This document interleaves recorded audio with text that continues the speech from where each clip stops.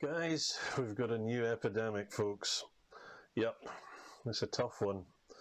And it doesn't come from a laboratory, it doesn't come from it's not created in some far-flung shore. It was created right here at home, inside your own head. Yes, you're the creator of this corrosive infection, and my God, it's infectious. Contagious. People, I'm referring, of course, to anxiety. But hold up, how is anxiety infectious? Anxiety is an emotion, you can't catch it like an infection. Well, you're right to the extent that it doesn't migrate between hosts in a physical sense. It's not transferred by physical contact or airborne, but it does transfer by thought, by speech, and every other sense that we possess. Folks, anxiety is a mental process often twinned with depression. And it stems from a person experiencing a sizable difference between what they believe that their reality should look like and the ensuing reality, how things really are. There's also a second factor, guys, in this contagion, however, that needs to be brought into the open, and that's our addiction to certainty. Now, you heard it, guys. It's an addiction. We need to know that tomorrow will go pretty much like today, and the day before that, and the day before that, because that way we believe that we can control our journey through life. And there's another symptom of the anxiety contagion, our need to control things in order to ensure certainty. Well, buckle up, folks, because I don't want to rock your boat too much. But here it comes, incoming. There is no certainty in life. There is no control. It's an illusion that we create for ourselves to rest easy at night, to create some semblance of order and what we might call civilization. We have a psychological need, a pressing need for certainty, and it's like a drug. And we pass it from one person to another like teenagers share weed. I mean, life is a never-ending series of human interactions that, to a limited extent, can be predicted because we've created some semblance of order with our civilization. We've got language, culture, law, education.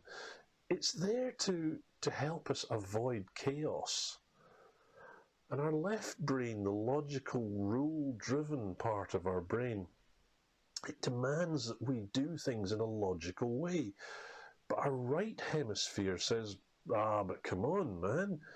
We know this is just you doing your best to keep things under control, but you know full well, subconsciously, that there's really nothing under control. And then the left brain says, oh, God, well, you may be right, but I've got to try. Try to squeeze my life, my reality, to fit into a box that I've created for it, the way I see my life going. And then the right brain says, well, mate, good luck with that, because we have this mismatch of expectation and reality. And as a result, my software is going completely bananas right now, so prepare for a dose of fight or flight chemicals to be dumped into your system. Now, you know all the good stuff, adrenaline, cortisol, hormones, and all this good stuff that makes you want to run like a scalded cat, beat the hell out of somebody, scream and yell, run a mile, and to offload this feeling that you have created within yourself. And you're sitting at your office desk or sitting up in bed, unable to sleep. Stuff is going through your head. And you're trying to control your thoughts and your feelings, your reality, your life, the future, everything. And oh, God, oh, hell. It's just not happening, is it? And so what comes from this? Well, you'll not be too surprised to hear. Stress, anxiety, depression. And our society is based around an illusion of order, of control, of certainty, and it's not real. We tell ourselves everything is under control to soothe ourselves, to reassure ourselves, to let our egos know that we are still the boss of our existence. But wait, I can hear you shouting at me, bullshit, Ferrier. I've got my stuff under control. I've got my shit together. I've made plans. I've done the right thing. All my ducks are in a row. I'm a good person. And as a result, because in our culture, those that don't have their act together are deemed as bad, failures or spongers. Tell me I'm wrong. We look on them in different ways. So yes, you have made all your plans. You've done all the required actions of a logical, well-educated, mature and organised person, and then boom! Something comes along that wasn't part of the plan. Pregnancy, an illness, you lose your job, a pandemic, maybe a war, God forbid. A good friend becomes hostile for some reason. The car breaks down on the way to an important meeting. Your pension fund doesn't match up to the promises. Life and reality take precedence over how you want the world to be. You have no control. It's an illusion. You have some temporary control over little stuff, but even they can go awry. Your pen runs out of ink as you're taking notes for a phone call. You forget the address of the customer you need to deliver to, and boom, trouble at mill. Now, this may sound very defeatist and negative. I don't believe so. I think it simply explains why we feel the way we do, anxious. It's us trying to squeeze a quart into a pint pot, shouting, I can do it! I must! This is what I've been taught to do, and if I don't try and succeed, I am no good, and I'll be judged and I'll hate myself. So by trying to chase certainty through the efforts of all-encompassing control, we are chasing mist. We're trying to trap air with a colander. Certainty, there is none, my friends. All your plans and efforts, however well executed, may not lead to the expected result or outcome. And sometimes you can see it coming. Like share prices, world events, cultural changes, scientific breakthroughs. Sometimes you can see the incoming shell or missile before it hits, and you try to dodge it, don't you? It might work, it might not. You can and probably should make every effort to avoid it, but there is no certainty. You might trip and fall. You might be transfixed to the spot. You might not know that however far you run, it isn't far enough. Oh boy, I can feel it now. I'm so anxious and depressed now.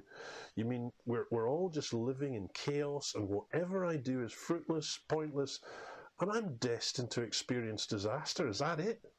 Well, no, and thrice no. What I'm saying is that as humans, we're designed to strive, but we're also designed with a system that was designed to keep us safe and unhurt. It's called the amygdala. It's part of our brain that is designed to seek out potential danger. And it's working 24/7 to make sure that we're not eaten by saber-toothed tigers. And it's part of our prehistoric design. And we haven't had a recent upgrade to our software to evolve us to a higher level of thinking. And as such, we're always seeing potential danger, threat and traps. It makes us aware of all things that might go wrong.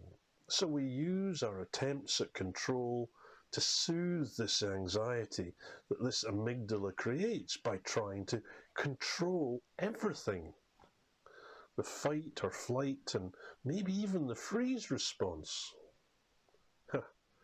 Now these two systems, fight or flight, and the need for control, created in ancient times to deal with ancient issues, it could be said, work against each other. As I say, our mental evolution hasn't caught up with our culture. So we're anxious, we attempt control and certainty. Well, it's demanded of us by others because of their anxiety. So we're talking about bosses, for example. They need the income, the profit, the cash flow to keep the shareholders happy. The shareholders want their profits so that their way of life and future is guaranteed. Except it isn't, and it can never be guaranteed. Certainty doesn't exist. But our culture has grown up of recent years attempting to do all it can to ensure that certainty is guaranteed. We once called on our God to give us certainty, but now we feel that we only have ourselves that we can call upon to feed our addiction to certainty. So back to chaos then and doom? No.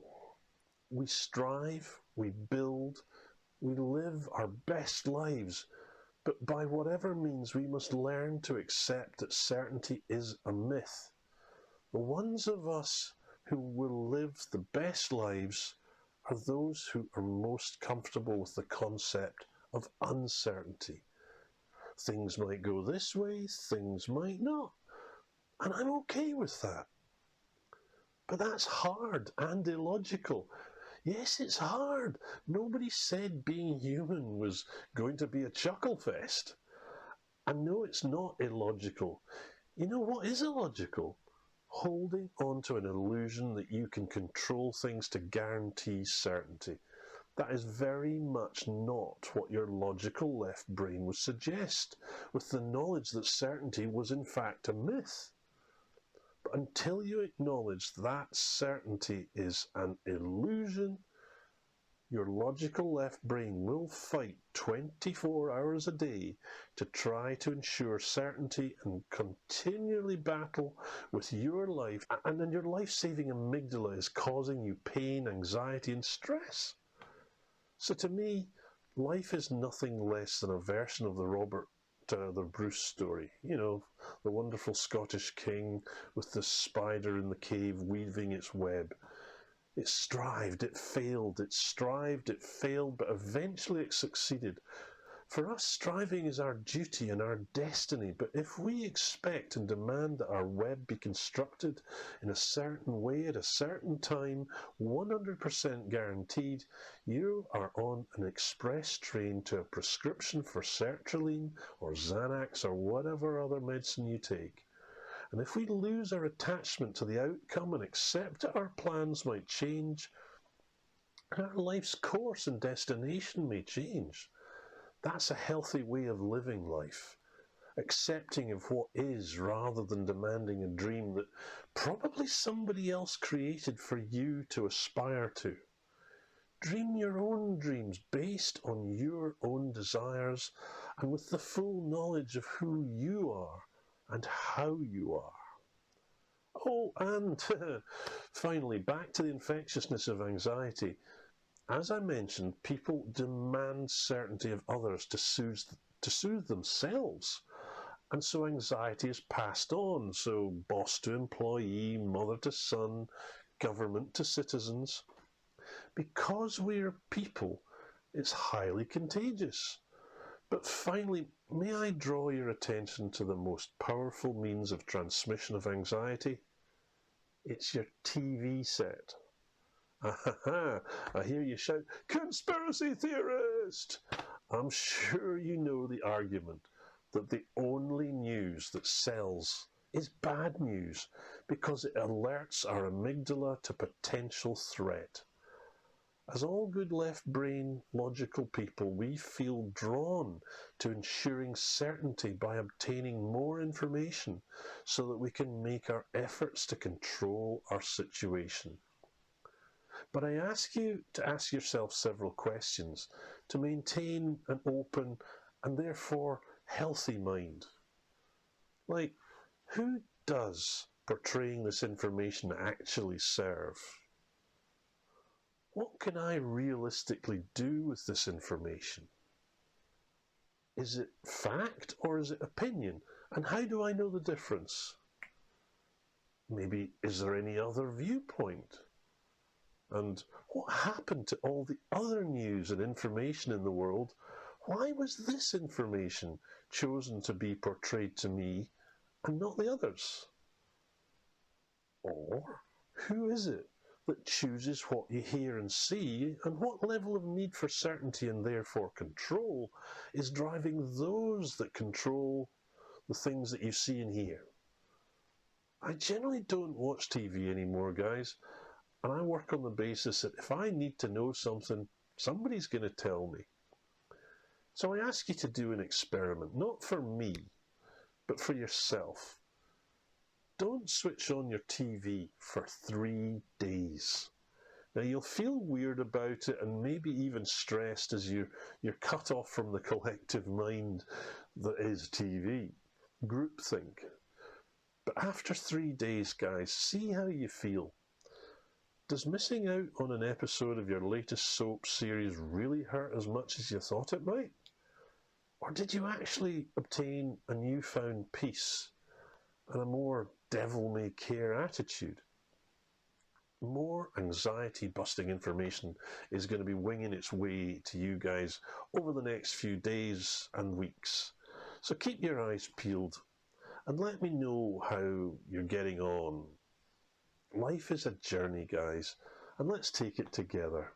So, all power to you.